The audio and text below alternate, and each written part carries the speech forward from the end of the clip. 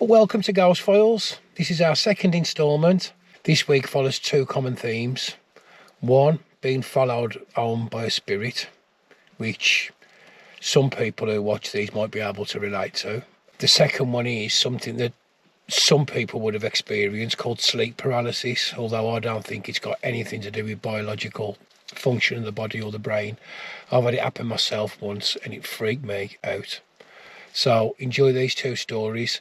Leave a comment if you've experienced either.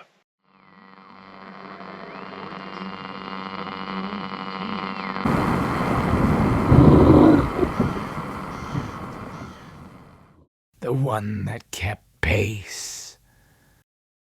Cold air brushing past you when no window's open, a voice saying your name when no one's there, even seeing something that shouldn't exist. At least then you know what you're dealing with. But there is a specific kind of fear that breaks something inside you. It's when something is moving with intention, when you hear it, when you feel it coming, and there is nothing you can see to justify the sound. That kind of fear doesn't make you scream. It makes you quiet. It makes you listen. It makes you pray. This happened to my brother Matthew. Somerset County, Pennsylvania doesn't look threatening if you've never walked it at night. Rolling fields, sparse streetlights, long stretches of road where the dark feels heavier than it should. We lived close to town, but not close enough to feel safe once the sun dropped. Matthew walked home from work most nights. Same route, same timing, same cemetery. The cemetery had been there longer than the town itself. Old family plots, war markers, sunken graves where the earth had slowly reclaimed what was buried beneath. During the day, birds nested there. Kids cut through it as a shortcut. At night, it felt occupied. Matthew had already passed the first row of stones when he noticed it. Movement just outside his field of vision. A pale shift, a disruption where there shouldn't have been one. He ignored it. Everyone ignores it at first, but then it happened again. And again, each time closer. He told me later that it didn't feel like something appearing. It felt like something keeping pace, matching him without effort, without sound. That's when he noticed something worse. There were footsteps, fast ones, not on the road, inside the cemetery, keeping time with his own. Matthew slowed. The footsteps slowed. His pulse started pounding so loud he could feel it in his jaw. He told himself it was a trick of the night, wind through stones, an animal. Anything but what his instincts were screaming. Finally he turned his head, and it turned with him. Perfectly. The thing stood several yards away inside the graveyard, but it felt close. Too close. Close in the way someone is when they're standing right behind you, breathing quietly so you don't notice until it's too late. Its skin wasn't a color Matthew could describe, not pale, not dark, just wrong. Like the absence of warmth, like something lit by moonlight that didn't belong in the world it was standing in. Its eyes were fixed on him. And it was smiling. That smile didn't move, didn't twitch, didn't change when Matthew gasped. It was carved. Matthew started walking faster, so did it. Gravestones passed beneath it without resistance. It didn't step around them, it didn't disturb them.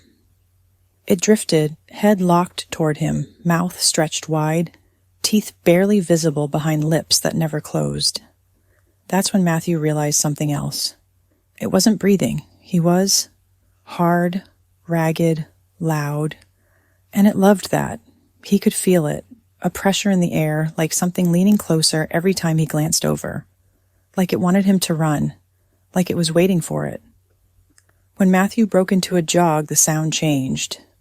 No longer footsteps, more like rushing air, like something moving far too fast without touching the ground.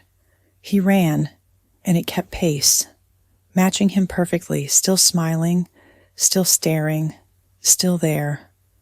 Matthew said he could hear it then, not words, not exactly, more like a wet, amused sound deep in its throat, vibrating the air between them, like laughter without sound. The cemetery ended abruptly, giving way to the tree line. The woods rose up like a wall, black, dense, swallowing moonlight. The moment Matthew crossed the boundary, the pressure vanished. The sound stopped. When he dared to look again, the cemetery was empty. No movement, no figure, no smile. But he didn't slow down. He ran home like something was still right behind him. I opened the door. I will never forget the way he looked. Not just pale, emptied. Like whatever makes you human had drained out through his feet. His eyes kept flicking toward the window, toward the dark, like he expected something to be standing there any second. He didn't sleep that night, or the next. 2 days later, I noticed the patch of hair. Gray, white, really, right at the front of his head. It hadn't been there before. Doctors said stress, trauma, shock. But Matthew said something else changed too. He said that ever since that night, he can't stand walking beside fences, tree lines, or rows of anything. Because sometimes, just sometimes, he hears footsteps matching his own. And when he doesn't look, the footsteps stop.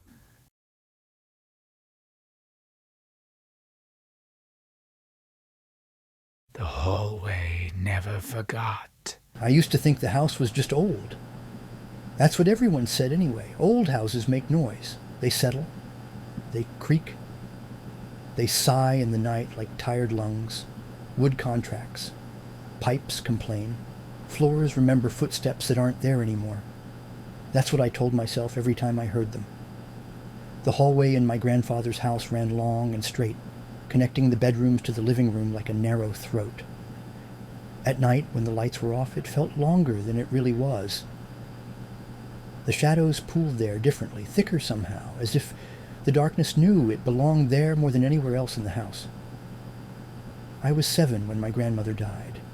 She passed away in her bed, in that very house. Peacefully, they said. I wasn't there when it happened, but I remember the aftermath. The hushed voices, the curtains drawn too tight, the way the house felt.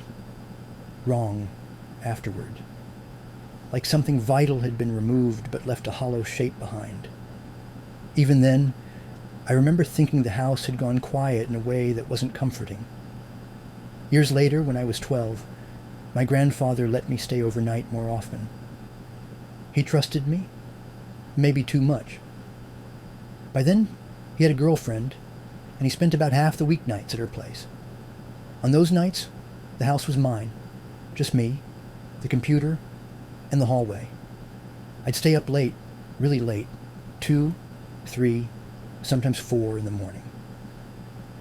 The glow of the monitor was the only light in the room, painting everything else in dull blue shadows. The rest of the house would be completely dark, silent, except for the faint hum of electricity. That's when I started hearing the footsteps. At first I thought it was my grandfather coming home early. The sound was unmistakable, slow, deliberate steps moving down the hallway toward my room. Not hurried, not hesitant, just purposeful. Heel, toe, heel, toe. I'd pause whatever I was doing and listen. The footsteps always came from far down the hall, far enough away that I couldn't mistake them for floorboards shifting nearby. They traveled. They approached. And then they stopped. Every time I got up to check, there was nothing. No lights turning on, no doors opening, no voices. Just an empty hallway, stretching away into darkness. I told myself it was my imagination, or the house settling, or maybe my grandmother.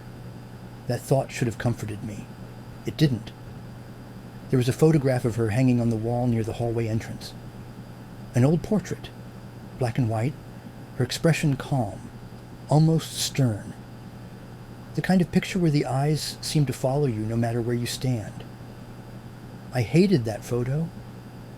When I was younger, I'd avoid looking at it altogether. After she died, it felt worse.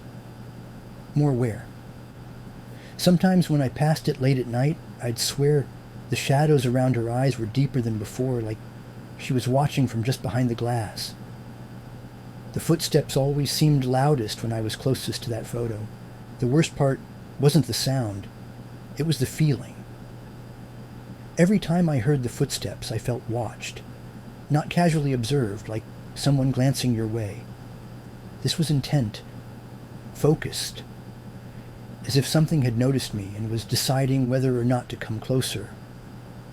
I never found anything when I checked.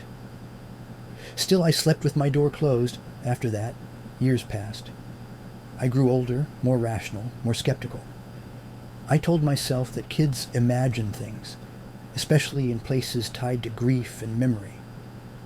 I stopped staying over as often, and eventually I stopped hearing the footsteps altogether. By the time I was an adult, I barely thought about it anymore, until 2014. I was living elsewhere by then, in a place that had no history, no dead relatives, no long dark hallways. I considered myself a skeptic, firmly. I believed in sleep paralysis, stress dreams, subconscious fears. I believed the mind could fabricate terrifying experiences when the body shut down. That's what I believed. That night, I fell asleep on my stomach, like I often did back then. I remember drifting off quickly, exhausted, no alcohol, no medication, no reason for anything strange to happen. The dream began suddenly. I was awake, but not awake. I knew I was in my bed, but I couldn't move. My face was pressed into the pillow, my arms pinned beneath me. There was a weight on my back. Heavy, crushing. I tried to breathe and couldn't take a full breath. At first I thought someone was playing a prank, a stupid, cruel joke. Then I tried to speak and no sound came out. The pressure increased. It felt like a hand. Not a vague force, not a sensation. A hand, large, solid, pressing directly into the center of my back. Fingers spread wide. I struggled. In the dream I fought with everything I had. I thrashed, kicked, tried to arch my back, to throw whatever it was off me. The harder I fought, the heavier it became, as if it was feeding on my resistance. I remember thinking, this is how people die. That's when I felt something lean closer, not a voice, not words, just a presence so close I knew. If I could turn my head, I would see it. I woke up gasping. The room was empty, no pressure, no weight, just sweat-soaked sheets and my heart hammering so hard it hurt. I sat up, convinced it had been sleep paralysis, even though something about it felt different, too physical.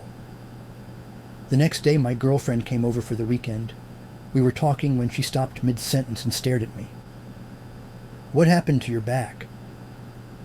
I told her nothing. I hadn't hurt myself, hadn't fallen, hadn't worked out. She insisted on looking. In the bathroom mirror, right in the middle of my back, was a bruise. Not random, not blotchy. A perfect, dark purple handprint. 5 fingers, clear edges, complete. I felt cold all over. No amount of skepticism explained that. That night, I didn't sleep. Every creak of the apartment made me flinch. Every shadow felt heavier than it should have. And for the first time since I was a kid, I felt it again. The same sensation from my grandfather's house. The feeling of being watched. I don't know what followed me. I don't know if it was my grandmother, or something that learned me in that hallway all those years ago. Something that waited patiently until I was old enough to understand fear properly. But I know this. I haven't slept on my stomach since. And sometimes late at night, when everything is quiet, I swear I can hear footsteps. Not in the hallway, right behind me.